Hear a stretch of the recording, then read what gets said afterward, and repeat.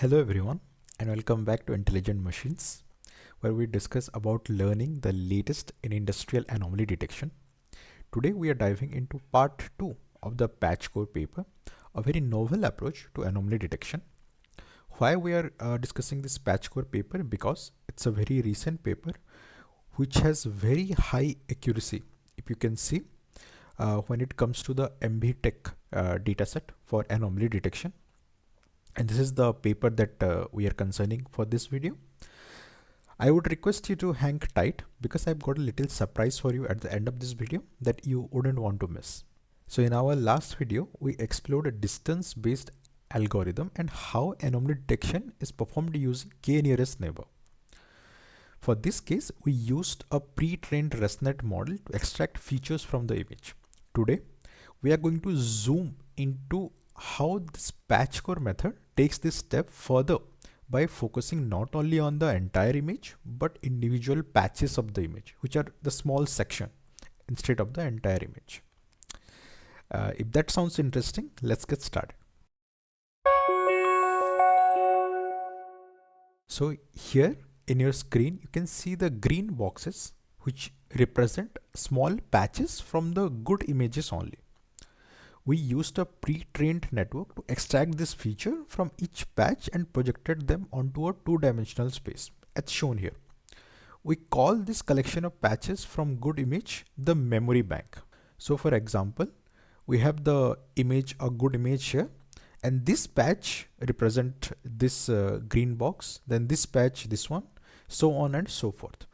After we have a collection of these patches, we call it a memory bank that we keep saved as an list or an array, which we compare with the test image. For example, when we have a new test image come in, we extract its patches and compare each one to our memory bank using k-nearest neighbor. For this case, we are just using k equal to 1.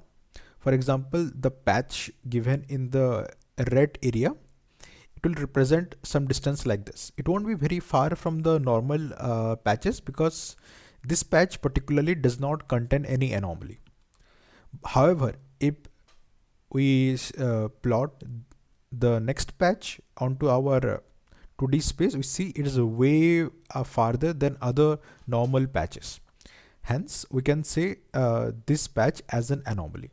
So this is the basic idea of patch core paper, where instead of the entire image, we just select a small portion of the image and compare the distance. So what exactly is patch core? Imagine we have a normal image. Instead of analyzing the entire image for anomalies, we'll break it down into smaller patches. Using a pre-trained ResNet model in this case, we extract features not from the last layers, but from the intermediate layer, as shown here. For instance, we might use feature from the second and the third layers. Next come feature aggregation. We combine these features that we just extracted using an aggregation method, which we call adaptive average pooling. This is a straightforward method present in Pytorch. This reduces our image from a size of 3 x 224 x 224 to a feature map having 1536 channels and 28 x 28 spatial dimension. So now let's see how this patch feature we are going to use in our next process. So from the normal image, we extracted feature, and then we'll see what is a patch. This is a patch, and a patch is nothing but just a 1 x 1 pixel from this 28 x 28 image having 1536 channel. Each patch is a small segment of our feature map with a feature dimension of 1536, and considering the spatial dimension of 28 x 28, we get total of 784 patches from a single image. Think of this as our mini representations of the image, each holding some crucial information.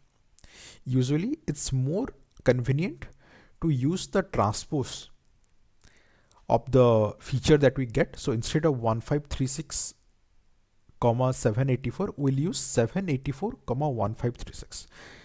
This represents that we have total 784 patches, each patch having 1536 features.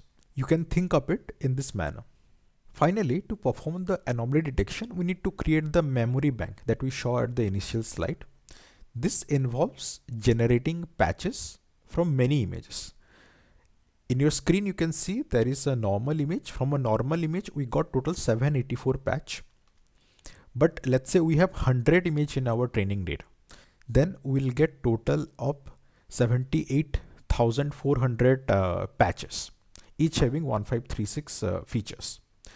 This memory bank is what we use to compare the new patch against.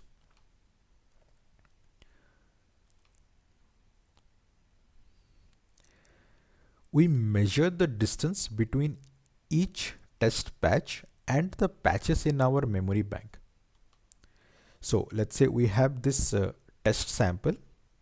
We get the 784 patches for this, and then we calculate the pairwise distance between each patch of the test sample and each patch in our memory bank.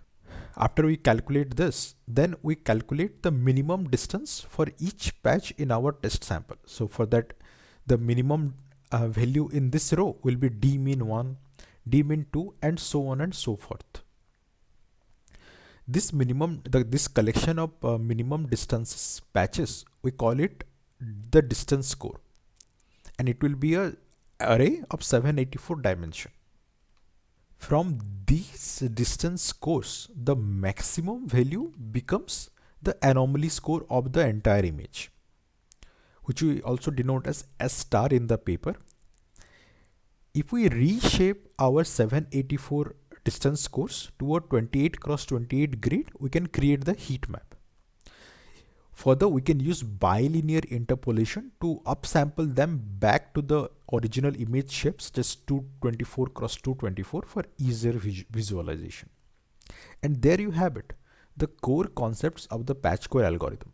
This method provides a robust method to detect anomalies by focusing on small image patches rather than the whole image. But here's the surprise I promised. It was about the memory bank. So one issue with having a memory bank is that you need to keep this one in your RAM whenever you are doing the fault diagnosis. So if you have 784,000 patches, and each time you have to calculate for the distance, the pairwise distance with 784 samples for each image, then it's not feasible. Hence, in the paper, what they proposed is, instead of using all these patches, we can select some important patches. For that, they used CoreSet sampling, but in my implementation, I just randomly select 10% of the patches from here and then calculate the distance with my test sample. So this effectively reduces the inference time and makes it computationally more efficient. In the next video, we are going to show the implementation of this method in Jupyter Notebook. Thank you for watching Intelligent Machines. If you enjoyed this video, give it a thumbs up, share it with your friends, and leave a comment if you have any questions or topics you'd like to cover for us next time. See you next time.